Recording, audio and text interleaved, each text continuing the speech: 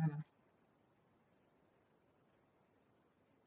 Donc la dernière fois, on a vu la notion d'alphabet, la notion de mots, des opérations sur les mots, principalement la concaténation, la puissance. Puis on a vu la notion de langage et toutes les opérations qu'on peut faire sur les langages, donc principalement les opérations, bien sûr, on a les opérations ensemblistes, mais on a vu des opérations spécifiques telles que la concaténation, l'étoile surtout, hein. L'étoile, c'est une opération vraiment basique. Enfin, basique, c'est la concaténation, mais l'étoile, c'est une opération aussi très, très utilisée. Maintenant, on va voir les grammaires. Dans l'introduction, je vous ai dit que pour les langages, on a deux outils. On a les grammaires et on a les automates. Donc là, on va commencer par les grammaires. Donc, je rappelle qu'une grammaire va nous permettre de décrire un langage et de générer, en utilisant une grammaire, on pourra générer les mots d'un langage. D'accord?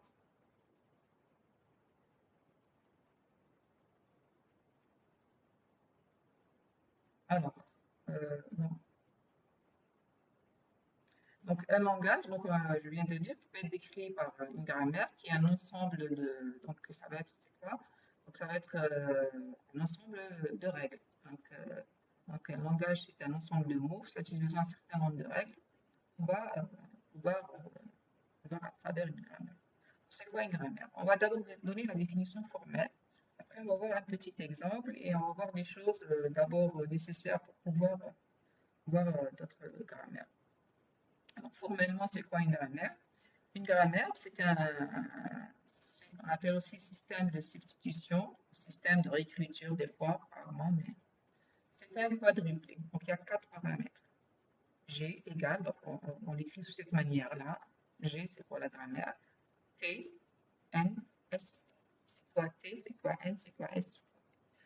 T, c'est un ensemble non vide de terminaux. Alors, oui, terminaux, ça veut dire que c'est quelque chose, c'est terminal, c'est quelque chose de fini, quelque chose que j'aurais pas besoin de définir. Ça correspond à quoi? Ça correspond à l'alphabet sur lequel est défini le langage. Donc T correspond à l'alphabet de votre langage. S, plutôt N d'abord. N, c'est aussi un ensemble non vide, mais cette fois-ci de non terminaux. D'abord, j'ai la notation, pardon.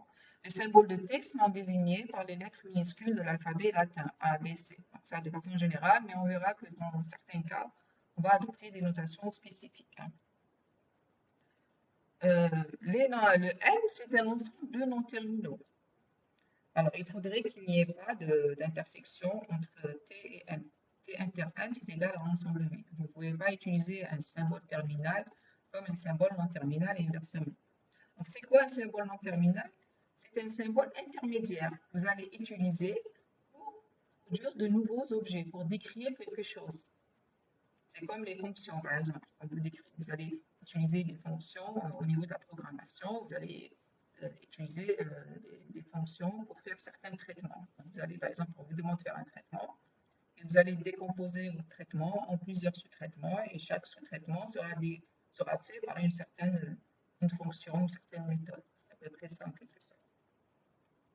Alors, les noms terminaux, on va les désigner par les lettres majuscules de l'alphabet latin. Grand A, grand B, etc.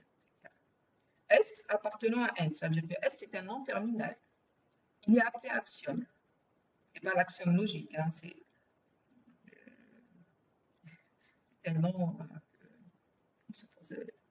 Donc, axiome pourquoi? Parce qu'en fin de compte ici, tout simplement, ça veut dire que c'est le point d'entrée, c'est là où vous devez démarrer. En quelque sorte, c'est dans un programme principal, c'est la première instruction de votre programme. D'accord? Dans un programme, c'est la première instruction que vous allez exécuter. C'est par là que vous allez commencer. C'est la première fonction que vous allez appeler. Ça correspond au début. C'est là où on démarre. Maintenant, P. P, c'est l'ensemble des règles.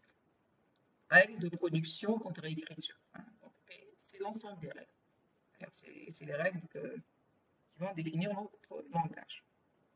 Alors, comment sont ces règles-là? Chaque règle est de la forme alpha, flèche, bêta. Alpha, flèche, bêta. C'est quoi alpha et c'est quoi bêta? Alors, alpha, vous voyez là, c'est rien de sorcier, hein. Donc, ça veut dire quoi? vous avez, c'est la concaténation de 3 parties. La première partie, alors vous voyez, c'était union N, donc c'est terminaux, union terminaux. Alors quand il y a l'étoile, ça veut dire quoi l'étoile? Ça veut dire que c'est l'ensemble de tous les mots que je peux avoir sur T union N. C'est une combinaison quelconque. Donc, combinaison quelconque de T, de terminaux et de non-terminaux. Après, vous avez grand N, c'est-à-dire que après, vous allez avoir un non terminal. Et à la fin, vous allez avoir une combinaison quelconque de terminaux et de non-terminaux.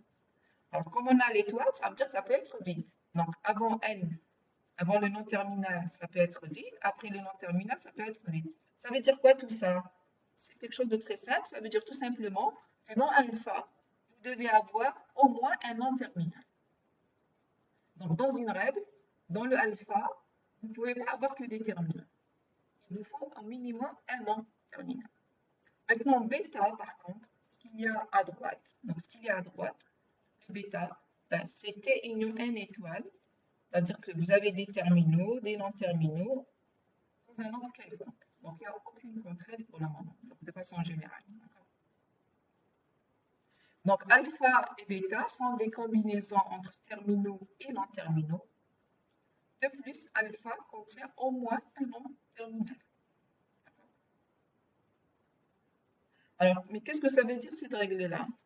Alors, que signifie cette règle-là? Alpha donne bêta. Ça veut dire que lorsque vous avez la séquence de symboles alpha, parce qu'alpha c'est une séquence de symboles, de quoi? De terminaux et non terminaux. Ben, lorsque vous avez cette séquence de symboles alpha, ben, vous pouvez la remplacer par la séquence de symboles bêta. Donc, la séquence de symboles alpha peut être remplacée par la séquence de symboles bêta. C'est pour ça que des fois on parle de règle de réécriture. On réécrit la séquence alpha par la séquence bêta. D'accord? Alors, pour alpha est appelé membre gauche et bêta membre droit. Faire référence au alpha, je dirais membre gauche, ce qu'il y a à gauche, à droite de la flèche, je dirais c'est le membre droit. Maintenant, on va prendre un petit exemple avant de définir certains outils nécessaires. Donc, je définis une grammaire G. T, pour moi, T, dans un premier temps, je prends A, la lettre A. Donc, il y a un seul symbole. Les non-terminaux, il y a un seul symbole. Dans l'ensemble 1, il y a toujours au moins un non-terminal. C'est l'axiome. Il y a toujours au moins un non-terminal qui est l'axiome.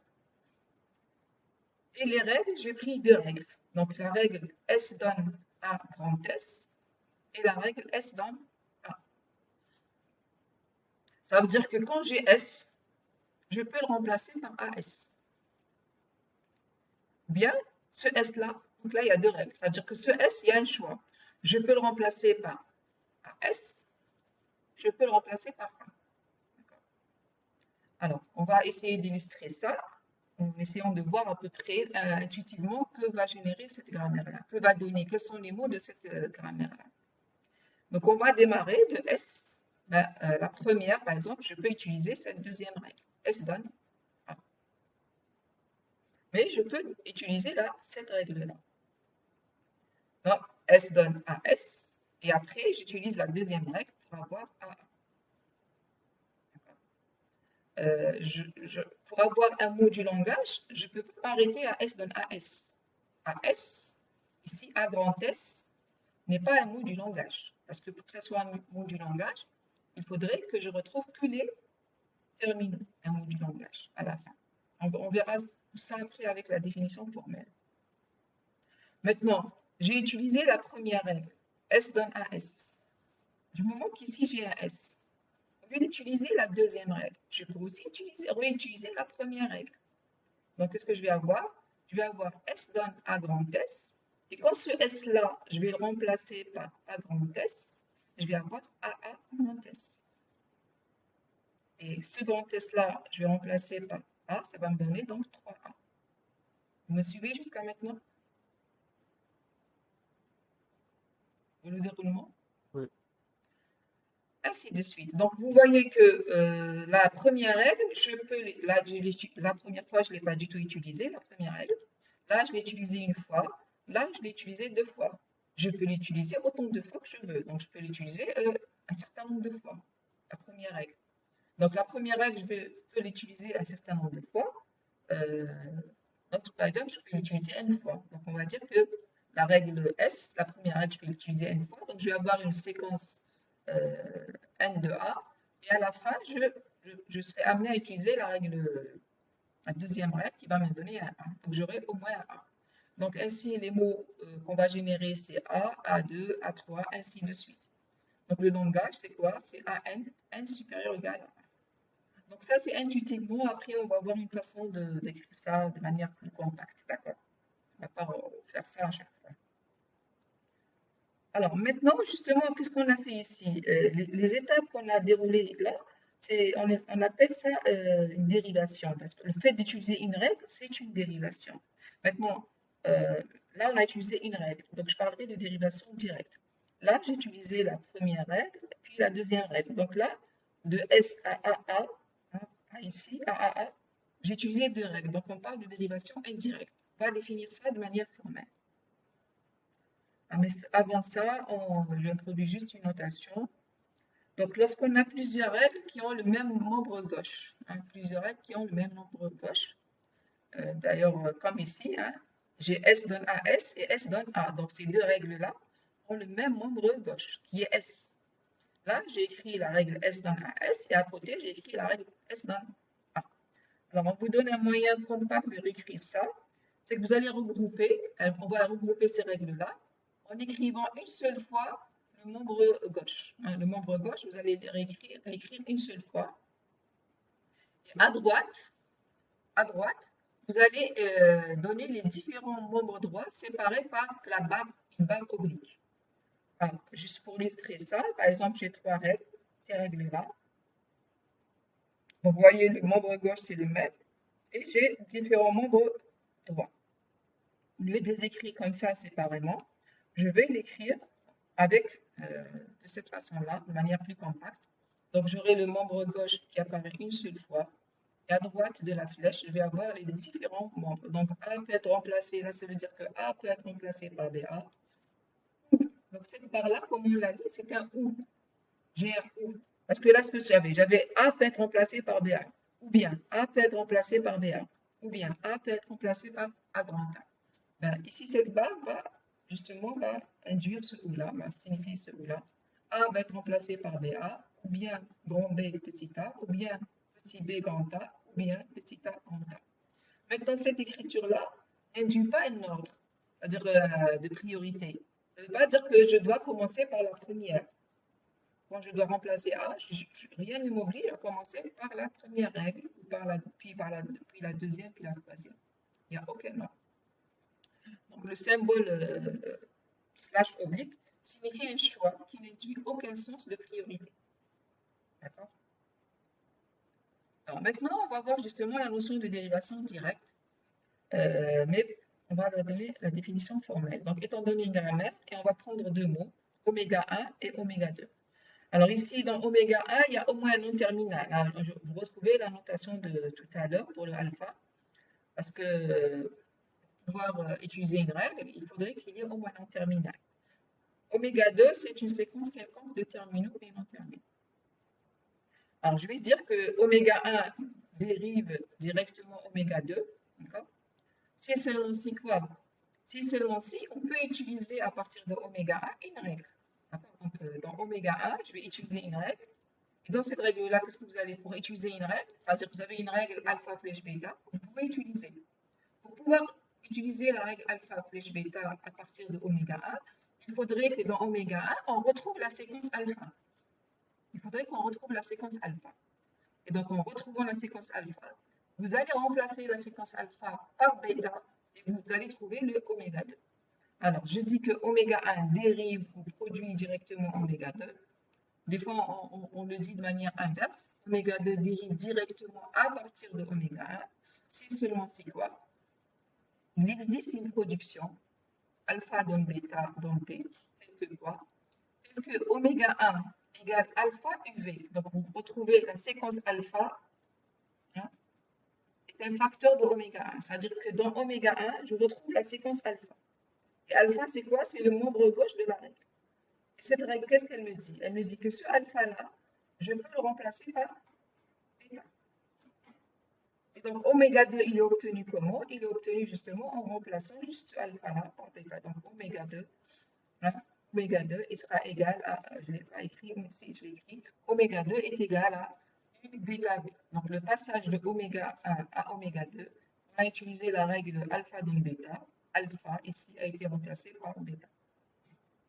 Et on écrit alors la notation d'une dérivation. Donc, vous voyez que j'utilise un autre symbole. C'est la flèche avec deux barres, ce n'est pas la flèche simple. Donc, la flèche simple, je vais la laisser pour les règles. Et la flèche avec deux barres, c'est pour les dérivations. Pour savoir que ça, c'est une règle, ça, c'est une dérivation. Donc là, vous voyez que là, entre parenthèses, en puissant, j'ai mis l'indice 1. C'est pour dire que c'est une dérivation directe. J'utilise une règle. Des fois, on ne met pas. Hein, simplement, on ne met pas, on précise pas. On précise pas. Donc, je mets oméga 1 dans directement oméga 2. Alors, généralement, en pratique, là, je ne l'ai pas fait, mais j'aime bien préciser au niveau des exercices, numéroter les règles et mettre le numéro de la règle que j'ai utilisé pour faire la dérivation. Alors, exemple. Donc, je prends maintenant une grammaire. L'alphabet, donc, c'est 0,1. Les noms terminaux, donc, il y a un seul, c'est l'axiome, grand S, S. Et j'ai deux règles. S donne 0S1, bien 0,1. Donc, j'ai deux règles. Alors, S dérive directement 0S1. De S, je peux dériver directement 0S1. Puisque, en utilisant la première règle, vous pouvez remplacer ce S-là par 0S1. Donc, S donne 0S1. On a utilisé la règle S donne 0S1. Maintenant, si je prends 0S1, je peux dériver directement 0,011. Je peux le faire. Il suffit de remplacer ce S-là dans 0S1 par 0,1. Lorsque vous remplacez ce S ici par 0,1, là, vous obtenez le 0,011. Donc là, utilisez la règle S dans 0,1. 0S1 dérive directement 0,0S11. Là, au lieu d'utiliser la deuxième règle, on va utiliser la première règle. Donc, ce S-là est remplacé par 0S1. Donc, 0S1 donne 0,0S11. Donc là, on utilise la première règle. Ça, là, c'est la dérivation directe. Tout simplement, vous utilisez une règle. Maintenant, dérivation indirecte, ça veut dire que vous allez utiliser plusieurs règles l'une après l'autre. Hein. C'est 0 ou plusieurs règles. Donc, j'ai une grammaire G, oméga 1 appartenant à T union 1 étoile, N union 1 étoile. Ça veut dire tout simplement, donc j'ai dit que ça veut dire que votre grammaire contient au moins un nom terminal. Oméga 2, c'est une séquence quelconque de terminaux et non terminaux. On dit qu'oméga 1 dérive indirectement oméga 2, si et seulement si oméga 2 peut être obtenu par une succession, c'est-à-dire une suite de 0, une ou plusieurs dérivations directes à partir de oméga 1. On écrit oméga 1 avec la notation de la dérivation, donc la barre avec la flèche avec les deux barres. Et là, on met étoile.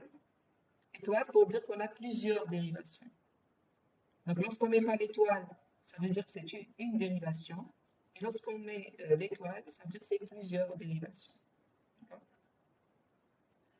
Alors, dans le cas d'une dérivation de longueur 0, parce que là, on vous dit que vous avez une succession de dérivations de longueur 0, c'est un cas particulier. Dans ce cas particulier, ça veut dire qu'aucune règle de la grammaire n'est utilisée. Il n'y a rien fait. Donc, oméga 2 égale oméga 1. Et bien sûr, la deuxième remarque, ça concerne le nombre de dérivations que vous faites. C'est-à-dire que si on veut préciser la longueur de la dérivation, c'est-à-dire le nombre de règles que vous avez utilisées, on peut le mettre ici. Au lieu de mettre étoile, on mettra ici le nombre de règles utilisées en passant le nombre de dérivations, en passant de oméga 1 à oméga 2. Alors, on va illustrer ça à travers un exemple. Je reconsidère la grammaire précédente. qu'est-ce qu'on a vu? On a vu déjà que de S, on peut dériver directement 0S1. Et que de 0S1, on peut dériver directement 0, 0, 1, 1. Ce qui veut dire que de S, je peux dériver indirectement 0, 0, 1, 1. Donc S, on va dériver indirectement 0, 0, 1, 1. Un autre exemple, on a de S, on peut dériver 0S1. Et de 0S1, on peut dériver 0, 0, S11. Donc ça, on l'a vu tout à l'heure. Là, on a utilisé la première règle et là aussi, on a utilisé la première règle. Alors que dans l'exemple précédent, on a utilisé ici la première règle et là, on a utilisé la deuxième règle. Donc, ce qui veut dire que de S, je peux dériver indirectement 0, 0, S11. Donc, de S, on va dériver 0, 0, S11. Alors, si là, je veux préciser le nombre de la longueur de la dérivation, je vais mettre ici C2. J'ai obtenu ce mot-là à partir de S en deux étapes. Donc, un troisième exemple. Donc là, je veux montrer que de S, je peux dériver ce mot-là, 0, 0, 0, 1, 1. Alors, qu'est-ce qu'on va faire? Il est clair qu'à partir de S, qu'est-ce qu'on va utiliser? On ne va pas utiliser la deuxième règle, parce que la deuxième règle, une fois que vous l'utilisez, vous ne pouvez rien faire. Donc, on va utiliser la première règle. S donne 0, S, 1. Maintenant, à partir de S0, donc 0, S1, quelle règle on va utiliser? On n'a que deux règles, là, le choix est vraiment limité. Donc, on ne va pas utiliser la deuxième règle parce que sinon, on va obtenir ce nombre-là, ce mot-là plutôt, 0, 0, 1, 1. Donc, on va encore utiliser la deuxième règle. Donc, on va obtenir 0, 0, S, 1, 1, c'est-à-dire qu'on sera là. On sera là. Et à partir de là, pour obtenir ce mot-là, eh ben, je vais utiliser la troisième règle. Donc, je vais avoir ceci. De S, on utilise la première règle, on va avoir 0, S1. On utilise encore une fois la première règle, on va avoir 0, 0, S1, 1. Vous voyez que la première règle, je l'ai utilisée deux fois. Ce type de règle, on va voir juste après que je vais les appeler, hein, je les appelle des règles récursives parce que je peux l'utiliser tant de fois que je veux pour générer les mots du langage. Et la troisième étape, on va s'arrêter avec la règle 2. Donc, on va obtenir ce mot-là. C'est bon? Est-ce qu'il y a des questions jusque-là? Pas de questions? Maintenant, on va définir le langage. Oui? Madame, donc dans le troisième exemple, on a une dérivation de trois dérivations. Donc on écrit De 3 dans longueur 3. l'indice. De longueur 3. On a une dérivation de longueur 3. D'accord. De longueur 3. Madame, Oui. comment savoir à quel moment on s'arrête dans la dérivation? On aurait pu faire deux dérivations, 3 ou 4. Non, ici, parce que je voulais obtenir ce mot-là. D'accord, donc on va nous préciser le résultat, c'est ça? Non, non, non. Le but, c'est pas le but d'une grammaire, c'est pas de dériver un mot particulier, hein, généralement. Le but, c'est de pouvoir dériver tous les mots du langage. Donc, on va définir justement le langage d'une grammaire et on va voir, sur des exemples pas complexes, bien sûr, plus ou moins, mais on va voir comment trouver le langage, tous les mots générés par une grammaire. D'accord. Il faut trouver une manière assez compacte pour le faire. Maintenant, le langage. Alors, le langage, on a vu donc là qu'on peut dériver. Par exemple, ici, à partir de S, je peux dériver ce mot-là. À partir de S, je peux dériver ce mot-là. Et voilà. Où est-ce que j'étais? Plutôt.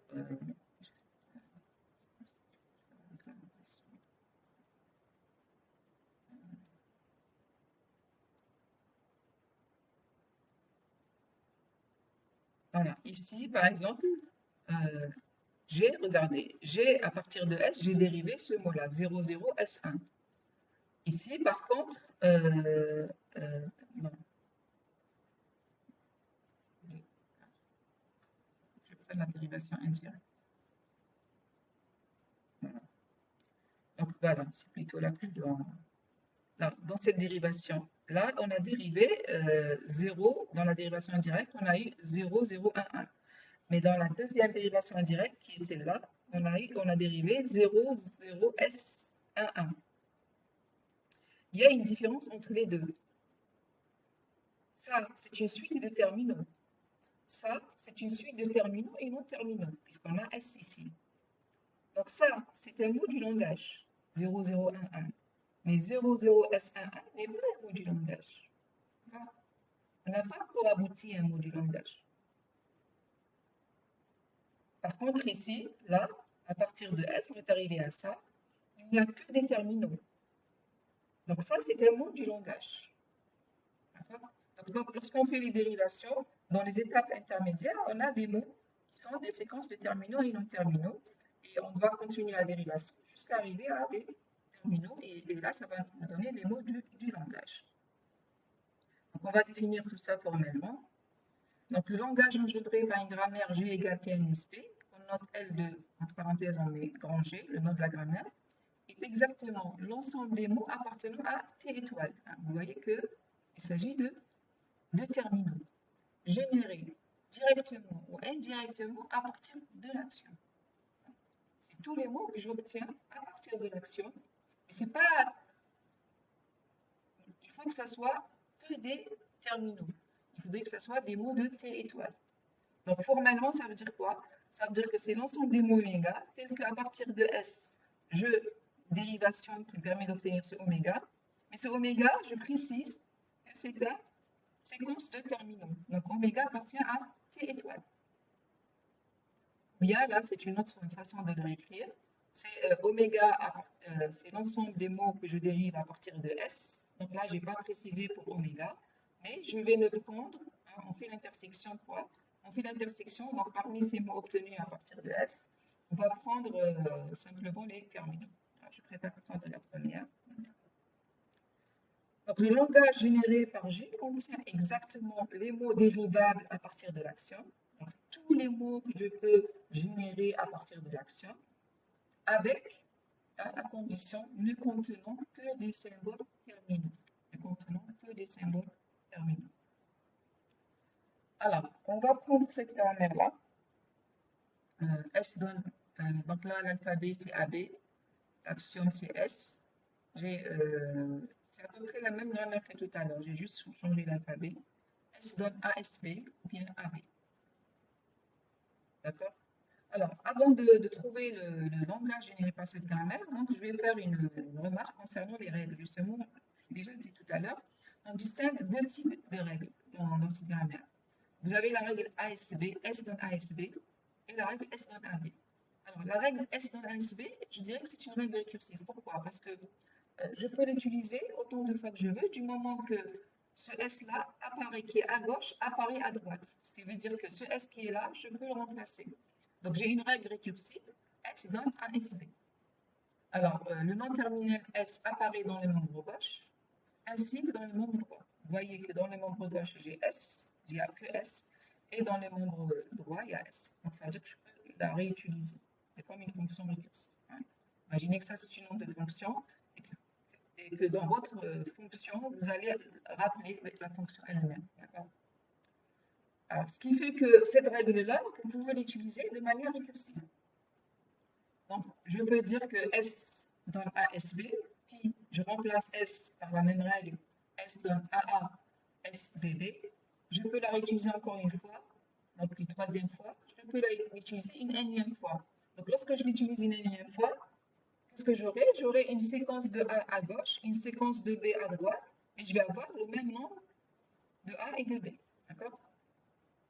Est-ce que c'est clair cette façon de faire? Madame, Oui. madame, est-ce qu'on peut avoir l'anti-slash dans le membre gauche ماشي في المembre droit Non, دير non. عندنا Le le membre même gauche, non, non. Non, ok non, madame. d'accord. C'est juste dans le même droit. Merci madame. Alors là, j'ai dit, donc cette règle qui est récursive, donc on l'a vu tout à l'heure à travers le. Mais on est ici parce que c'est important. Donc S donne ASB, et ce S-là qui est là, hein, je peux le remplacer. Hein.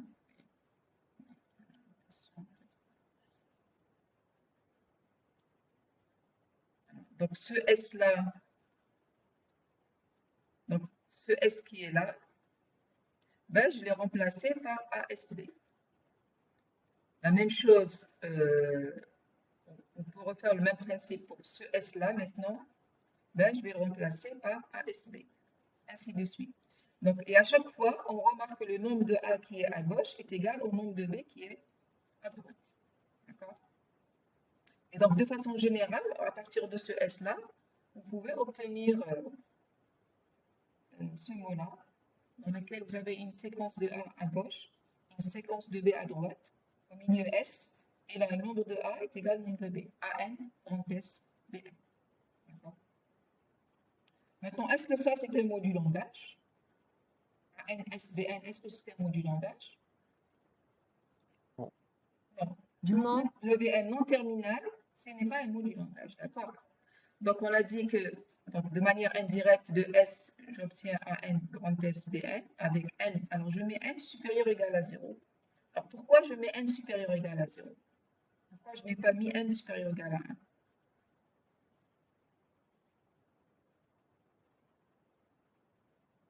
Si N égale à 0, qu'est-ce que je vais avoir ici?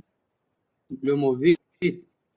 Alors, remplacez ici N par 0. Qu'est-ce que ça va vous donner? S. Le mot lui-même. Ça ne donne pas le mot vide, ça vous donne S. S, oui. Oui. Donc ici, qu'est-ce qu'on a fait finalement? C'est quoi? C'est une dérivation de longueur 0. D'accord? Donc le n égale à 0, ça correspond au cas où on n'utilise pas la règle. C'est la dérivation de longueur 0. Donc cette règle-là, je peux ne pas l'utiliser. Je peux l'utiliser une fois, deux fois, trois fois, une fois. D'accord? C'est ce que ça veut dire ici. Et donc là, on vient de dire que ce mot-là n'est pas un mot du langage, car il contient un nom terminal. La deuxième règle, on parlera d'une règle d'arrêt. C'est une règle qui va me permettre d'arrêter cette séquence. Hein, la séquence AN-SBN, ça me permettra de m'arrêter. Dans ce cas particulier, ici, à droite, j'ai que des terminaux. Mais des fois, on peut ne pas avoir que des terminaux, mais elle constitue une règle d'arrêt, c'est-à-dire une règle qui permet d'enlever le non terminal récursif, la partie récursive. Donc, une fois que j'ai ça, ça veut dire quoi? Ça veut dire qu'à tout moment ici, je peux utiliser la deuxième règle. Je peux l'utiliser au début, la deuxième règle. Je peux l'utiliser à ce niveau-là. Je peux l'utiliser à ce niveau-là. Je peux l'utiliser à ce niveau-là. Je peux l'utiliser à ce niveau-là. Donc, si je l'utilise au début, je vais avoir AB. Si je l'utilise ici, je vais avoir A2, B2. Si je l'utilise là, je vais avoir A3, B3. Ainsi de suite. D'accord? Donc, il n'y a pas de long terminal grand S là pour la règle d'arrêt. Il n'y a pas de long terminal grand S dans le monde droit. Dans ce cas précis, que des terminaux dans le monde droit. Donc, la règle.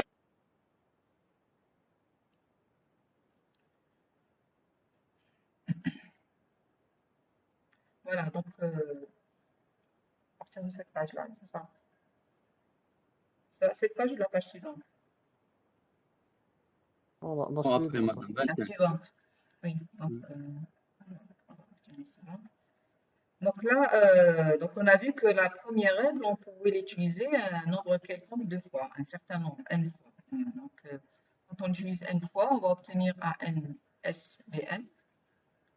Et après, on va utiliser une règle d'arrêt, qui est donc la règle 2, S donne, donc S est remplacé par AB. Et donc on obtient ce mot-là. On peut l'écrire de cette manière-là, AN plus 1, puisqu'il y a N plus 1 occurrence de A et N plus 1 occurrence de B. C'est AN plus 1, BN plus 1, avec N supérieur ou égal à 0. Là, j'ai dit ce que j'avais, c'est que quand on est au tableau, moi, j'ajoutais des informations concernant la dérivation.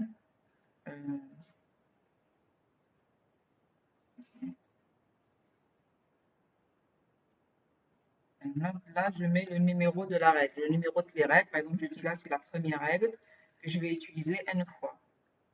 Hein, dans cette étape-là, la première règle est utilisée une fois. Pour que ça soit clair, hein, ici, je vais dire que j'ai utilisé la deuxième règle. La deuxième règle est utilisée qu'une seule fois. Je donne juste le numéro de la règle. Et donc, voici le mot que j'obtiens. Ce mot-là, vous remarquez qu'il n'y a pas de nom terminaux. Donc, c'est un mot du langage. Il n'y a aucun nom terminal. Il n'y a que des terminaux, donc c'est un mot du langage. Donc, S donne AN plus 1, BN plus 1 avec N supérieur ou égal à 0. Et comme il n'y a pas d'autres dérivations, il n'y a pas d'autres possibilités, hein, les deux règles qu'on avait, on a fait les combinaisons possibles. Donc,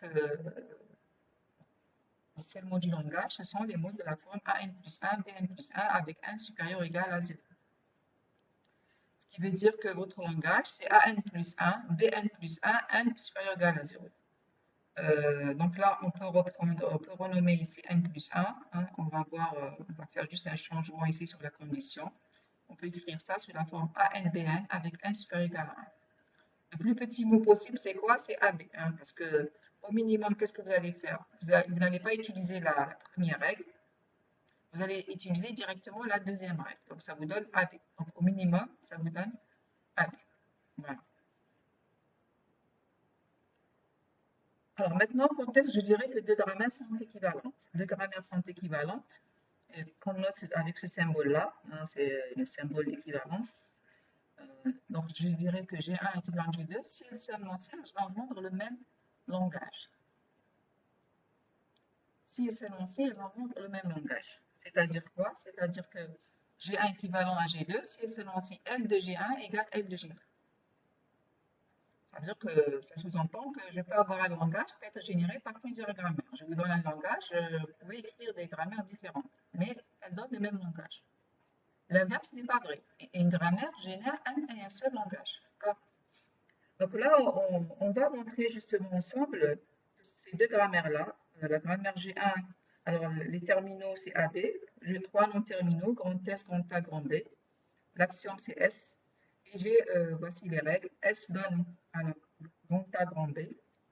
Grand A, alors j'ai deux règles pour grand A donne petit a, grand A ou epsilon. Grand B donne petit b, grand B ou epsilon. La grammaire G2, l'alphabet c'est le même. C'est normal que l'alphabet soit le même, sinon on ne peut pas avoir le même langage. Par contre, les non-terminaux, ici, on en a deux. S donne grand B, avec grand S l'axiome. Grand S donne AS ou bien grand B. Et grand B donne B, grand B ou bien epsilon. J'aimerais montrer que ces deux grammaires sont équivalentes, c'est-à-dire qu'elles génèrent le même langage. Alors, avant, je donne juste la remarque que j'ai donnée tout à l'heure. Un langage peut être généré par plusieurs grammaires, mais une grammaire ne génère qu'un et qu'un seul langage. Alors là, je vais revenir au mode sans écran. J'espère que vous le voyez comme ça. Est-ce que c'est lisible comme ça? Oui, madame. C'est lisible. Voilà. Alors, on va faire comme tout à l'heure. Alors, on va analyser d'abord les règles. Quelles sont les règles récursives? Quelles sont les règles qui ne sont pas récursives? Alors, S donne AB, est-ce que c'est une règle récursive? Oui. Pourquoi elle est récursive? Parce qu'on n'a pas que des terminaux. Le AB, le Non, AB non, vont récursif, ça ne veut pas dire qu'on n'a que des terminaux. Hein.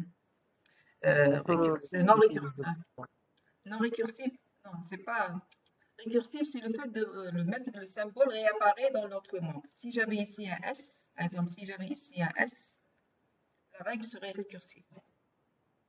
C'est-à-dire que je peux la réutiliser. Ah, d'accord. Cette règle-là, je ne pourrais l'utiliser qu'une seule fois. Elle n'est pas récursive. Donc, c'est juste par rapport à elle-même, pas aux autres règles. Oui, c'est par rapport au fait que vous ne pouvez pas la réutiliser. Des fois, on peut avoir une récursivité indirecte. Ce n'est pas le cas ici. D'accord, oui. Alors, la règle de A, A donne petit a grand A, là, elle est récursive. Parce que ici, vous avez grand A. D'accord? Et là, vous avez grand A. D'accord? Donc, c'est une règle récursive. Par contre, A donne epsilon, ce n'est pas une règle récursive, c'est une règle d'arrêt. Alors, B aussi. Alors, B donne, là, vous avez B qui est là, et B qui est là. Donc, cette règle-là, elle est récursive. Et la règle B donne epsilon, elle n'est pas récursive. Donc, on va commencer par l'axiome, toujours, parce qu'on doit démarrer de l'axiome, parce que les mots du langage sont dérivables à partir de l'axiome. Donc, toujours, je commence à partir de l'axiome. Donc, à partir de l'axiome, je n'ai qu'une seule règle que je peux utiliser, c'est la règle AB. Voilà, il n'y a que la règle AB que je peux utiliser. Maintenant, là, pour aller plus loin, il faut que je vois ce que donne A, ce que je donne B. Alors, au lieu de continuer, je reviens à la ligne. Je vais d'abord voir ce que donne A. Je vais d'abord voir ce que donne B. Et après, je vais revenir ici à remplacer A et remplacer B. Je vous déconseille de continuer comme ça, la dérivation. D'accord? Donc, ce que je vais voir maintenant, c'est comme si j'ai S qui va faire appel à deux fonctions, la fonction A et la fonction B. Ben moi, je vais regarder d'abord ce que fait la fonction A, ce qu'elle va calculer, et je vais après regarder ce que va calculer la fonction B, et puis je les regroupe. D'accord? Donc, je commence par A. Alors, la règle récursive, ce qu'on a dit. On peut l'utiliser autant de fois que je veux. Hein? Donc, je peux avoir A.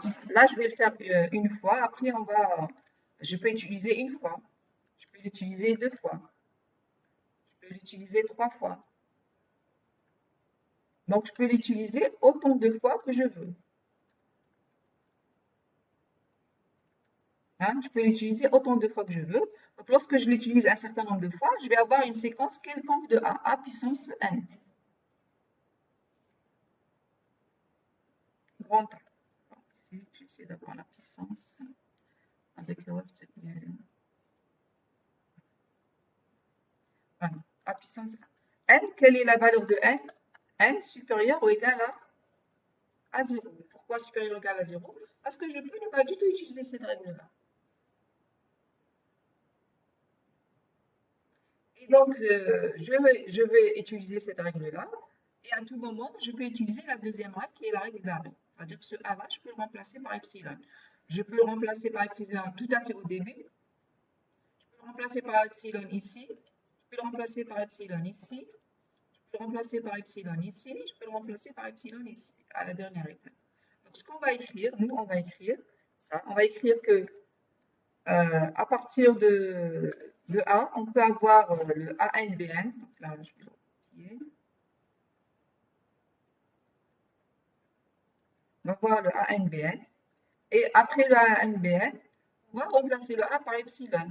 Et donc, si on remplace le A par epsilon, donc ici, je vais avoir epsilon. Et vous savez que epsilon, c'est l'élément neutre. Donc, ça veut dire que je n'ai pas besoin de l'écrire. Ça va vous donner N. D'accord? Avec N, N est supérieur ou égal à 0. Voilà. Donc, j'ai trouvé ce que donne A. Maintenant, on va faire la même chose pour B.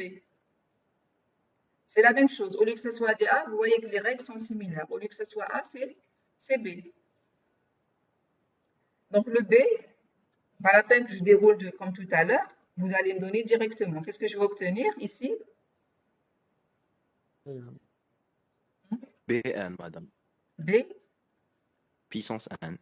B puissance n. Alors, a priori, on peut écrire B puissance n. Mais vaut mieux pas, parce que si on laisse ici B puissance n, après, lorsqu'on va remplacer, regardez, je vais laisser comme ça, juste pour vous montrer, après le souci qu'on va avoir. Donc ici, après B, on le remplace par epsilon. Donc ici, je vais avoir Bn avec n supérieur ou égal à 0. Regardez. Voilà, je vais avoir ceci. Donc quand je reviens et je reprends ici cette dérivation, j'avais laissé en instance, je vais remplacer. Je vais remplacer grand A, je vais remplacer grand B. Qu'est-ce que je vais avoir? Grand A, c'est AN. Et grand B, c'est BN. Vous avez le même nombre de A que le nombre de B. Est-ce que là, on est obligé d'utiliser, au niveau de la première étape, le même nombre de règles? Est-ce qu'il y avait quelque chose qui nous disait que là, si je dérive deux fois, j'utilise deux fois la première règle, au niveau de B, je vais aussi utiliser deux fois la règle de B? Il n'y a aucune contrainte entre les deux. Donc là, le A, par exemple, la première règle, je peux l'utiliser 4 fois. Là, la première règle de B, je peux l'utiliser 5 fois, 6 fois, 8 fois. Donc ici, je vais mettre M. D'accord? Ici, je ne vais pas mettre N. Je vais mettre M. Et là aussi, je vais mettre M. le nombre de fois que j'utilise la règle pour A et le nombre de fois que j'utilise la règle pour B n'est pas forcément le même. Il peut être le même, mais il n'est pas forcément le même. Donc, dans le cas général, ils sont différents. Donc ici, je vais avoir n. Donc je vais avoir la contrainte n et m supérieur ou égal à 0. Donc voici les langages générés par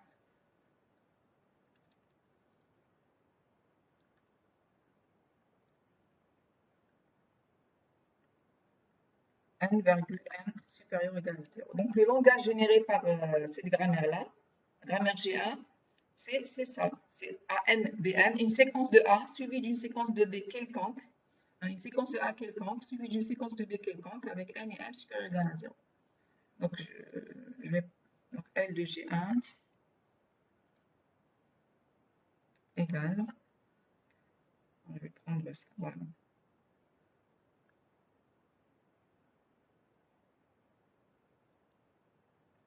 Voici le langage. Est-ce que vous m'avez suivi jusqu'à maintenant?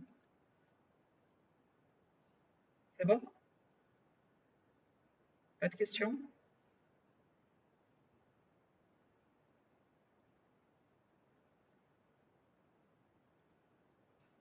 Madame, Oui?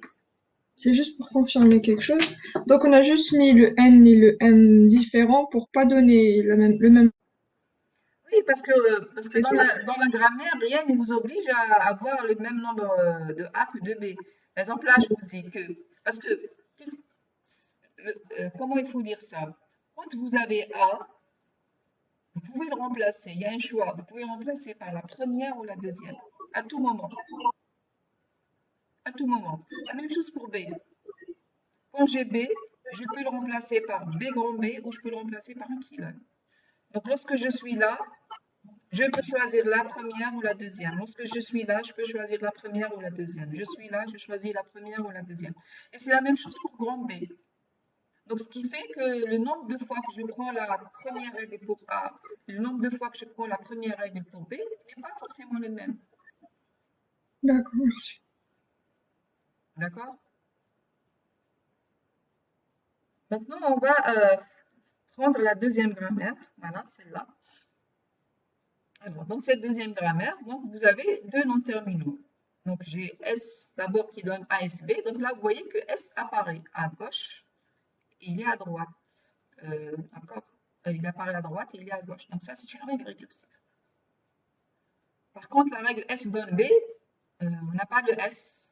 Et donc, ça veut dire que ça va constituer ma règle d'arrêt. Donc, je vais utiliser la première règle pour boucler et je vais utiliser la deuxième règle pour m'arrêter. Pour B, donc là, j'ai une règle d'arrêt pour B. La première règle, c'est une règle d'arrêt. La deuxième, c'est une règle récursive, pardon. Et la deuxième, c'est une règle d'arrêt. On va voir que c'est le même langage.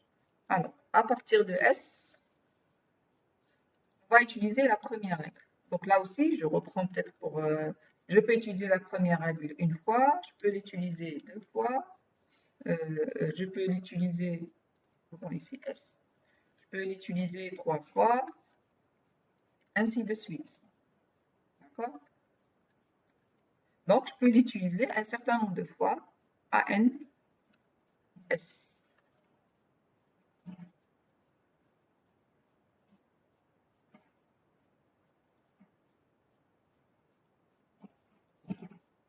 Avec n supérieur ou égal à 0. Donc, de façon générale, vous allez avoir donc, une dérivation indirecte à partir de S. On va voir le mot AN grand S avec n supérieur ou égal à 0. Et donc là, ça, ce n'est pas le mot du langage, bien sûr. Donc, il faut qu'on continue. Donc, on n'a pas le choix pour continuer, on va passer par B. Donc, on va transiter par B.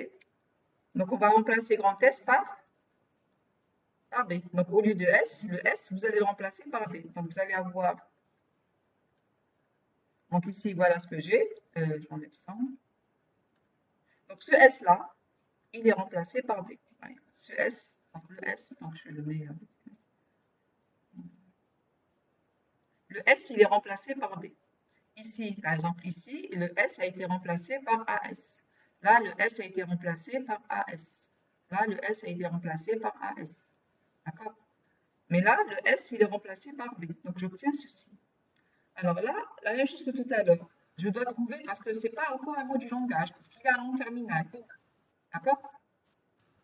Donc, je dois continuer.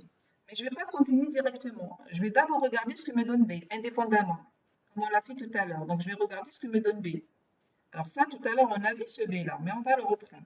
On va le reprendre. Donc, B va me donner quoi? Alors, je refais, si vous voulez, ça va me donner B grand B, BB grand B. Par la suite, vous n'êtes pas obligé de faire comme ça, sauf si vous voulez dérouler pour avoir la forme des mots. Hein. Vous pouvez donner directement le cas général. Ainsi de suite, jusqu'à ce que j'ai la séquence donc, de B à la puissance M. Donc B. Donc là aussi, vous voyez que j'ai pris une autre valeur, une autre variable, parce qu'on ne va pas forcément choisir faire le même nombre, utiliser la règle avec le même nombre de fois. Donc avec n supérieur ou égal à 0, 0, pourquoi? Parce qu'on peut ne pas du tout utiliser cette règle-là. Hein, si vous n'utilisez pas du tout cette règle-là, vous allez avoir juste grand B. Donc ce qu'on va voir, on va voir à partir de grand B,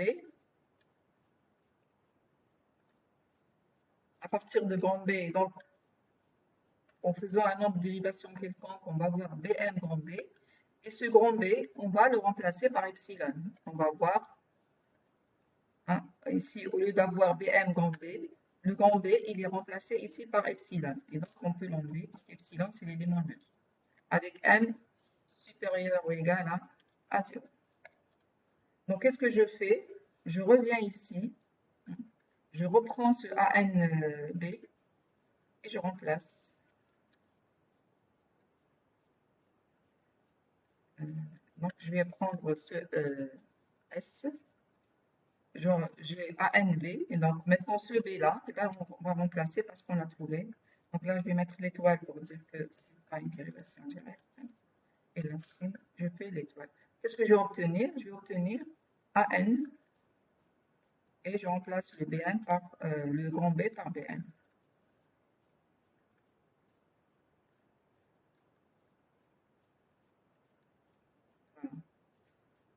Alors, N et M supérieur ou égal à 0. N et M supérieur ou égal à 0. Donc, le Madame, langage... donc, Oui, Madame, oui. la fin, donc forcément, on va avoir un mode de langage.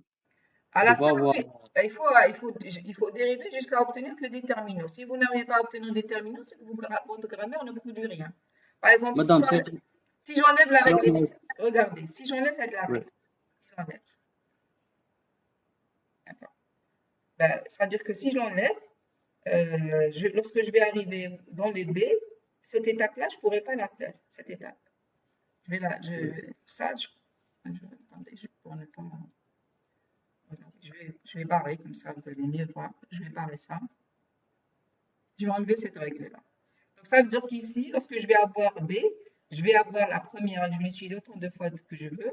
Mais là, je ne peux pas faire cette étape-là, parce que je n'ai pas cette règle-là qui me permet de le faire. Je ne peux pas remplacer BM par B. Donc à ce niveau-là, AN, BBM, je ne vais pas avoir ça. Je vais avoir, quand je vais remplacer ici, qu'est-ce que je vais avoir? Je vais avoir BM, B. Je vais avoir ceci. Je vais avoir B. Oui. Et donc ça, ce n'est pas un mot du langage. ANBM grand B, ce n'est pas un mot du langage. Donc, في الديبي الفو يكون des règles d'arrêt. Oui, il faut que des règles d'arrêt. Parce que sinon, ça veut dire que cette grammaire-là ne produit rien. Le langage vide. Elle produit le langage vide. Ok. Elle produit aucun mot. Donc, il faut faire attention. Justement, ça, c'est une erreur que je retrouve par la suite où les étudiants me donnent des grammaires et oublient que leur grammaire doit produire. Donc, les règles d'arrêt, ils les oublient. Donc, il ne faut pas que ça boucle. Merci, madame. Voilà, c'est comme vous écrivez un programme et vous n'avez pas point il ne s'arrête pas. Il va boucler. Donc, il ne sort pas. D'accord? Donc, ça, voilà, je corrige. Ça, c'est ce qu'on a.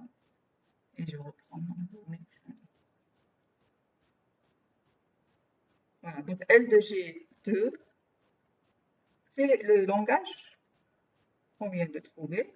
C'est tous les mots de cette forme-là. Et c'est exactement le même langage que tout à l'heure.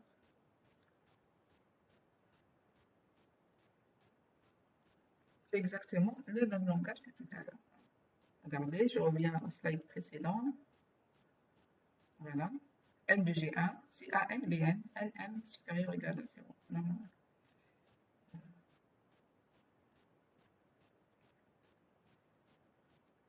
En fait, c'est pas un problème.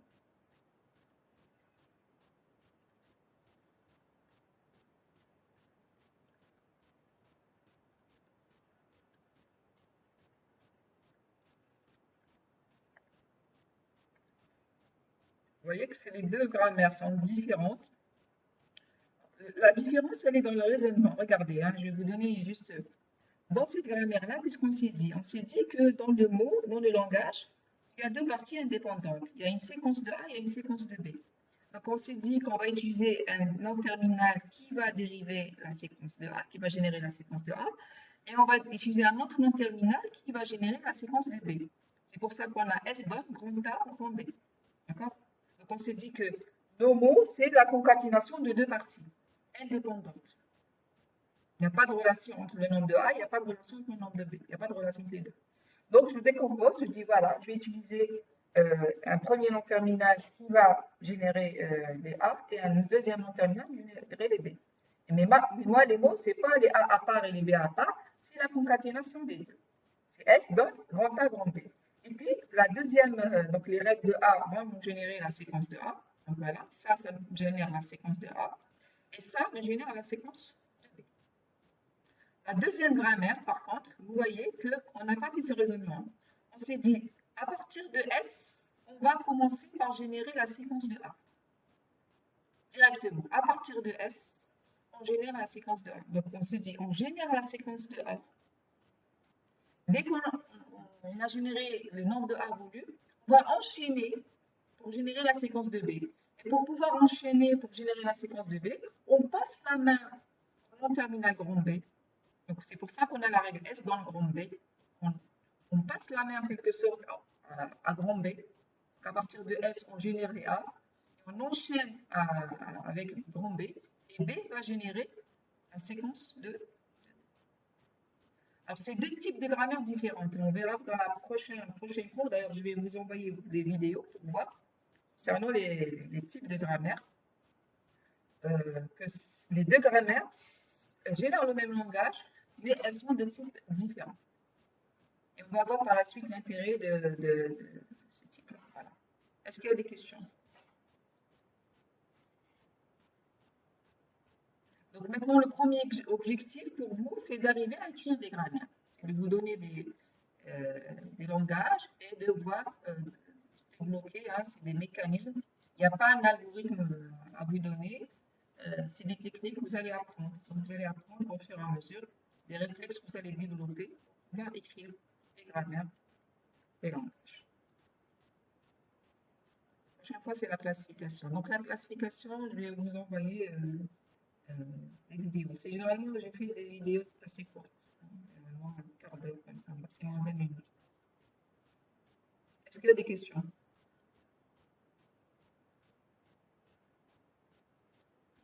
Pas de questions?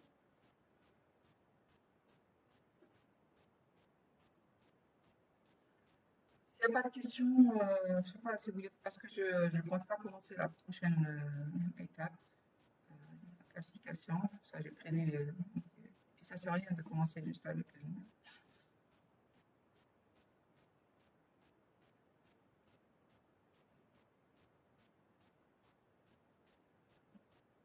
Donc l'après-midi, on commence la série. Donc les grammaires, on les fera, je pense qu'on ne pourra pas les enchaîner aujourd'hui, mais on pourra les faire la semaine prochaine, donc en présentiel, c'est encore mieux. Peut-être pour commencer, juste pour vous donner un peu exemple, on va prendre le langage universel. X étoile, le langage L est égal à le langage universel, j'appellerai universel, c'est AB étoile par exemple, AB étoile. Je vais vous donner ce langage-là. Je vais écrire sa grammaire. Ça, c'est un bon premier exercice. Je vais écrire la grammaire qui génère tous les mots. Tous les mots. De AB. De l'alphabet AB. Alors, généralement, lorsque vous voulez écrire une grammaire, n'hésitez pas à écrire les premiers mots. Hein. Dire quels sont les mots de ce langage. Et dire, voilà, ici, je vais avoir epsilon, je vais avoir A, B, et je vais avoir AA, AB, BA, BB. Je n'allez pas tous les écrire parce que c'est infini. Mais au moins, vous allez avoir une idée sur les premiers mots du langage.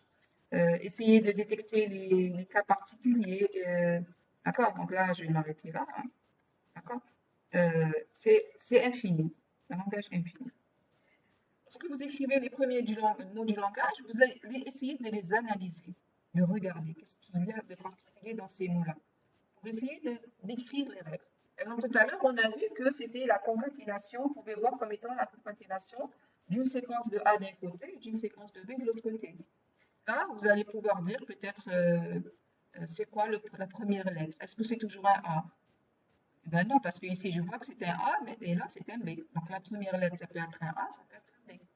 Donc, déjà, je sais que dans la règle, il y aura une règle qui va commencer avec A, et il y aura une règle, par exemple, là, je sais, je vais écrire ça à partir de S. Il y aura une règle qui va commencer avec un A, et il y aura une règle qui va commencer avec un B. Parce qu'il y a des mots qui commencent avec A, il y a des mots qui commencent avec B. Maintenant, qu'est-ce que je vais mettre ici? Tout dépend. Maintenant, qu'est-ce qu'il y a après le A? Est-ce que c'est un mot particulier ou c'est un mot que je peux retrouver? Parce que dans les grammaires, parce que dites-vous que dans les langages, il y a des motifs qui se répètent. Il y a une répétition. Ils sont infinis.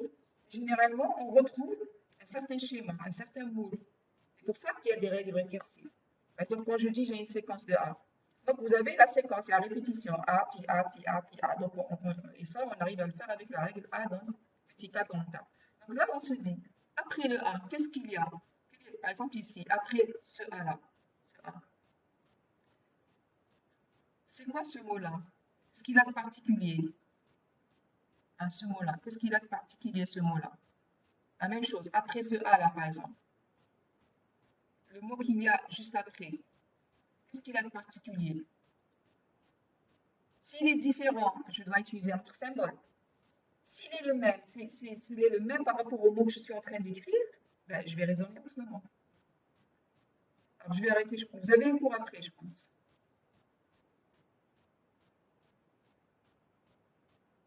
Vous m'entendez? Oui, madame, oui, on a cours. Oui, donc là, j'essaie de vous donner peut-être une petite vitesse. Essayez de voir un peu les exercices pour voir si vous arrivez à démarrer. Donc, là, pour trouver qu'est-ce que je vais écrire ici, c'est en analysant qu'est-ce qui vient après ce A. Ah, qu'est-ce qui vient? C'est quoi ce mot-là? Est-ce que c'est un mot particulier? Est-ce que c'est...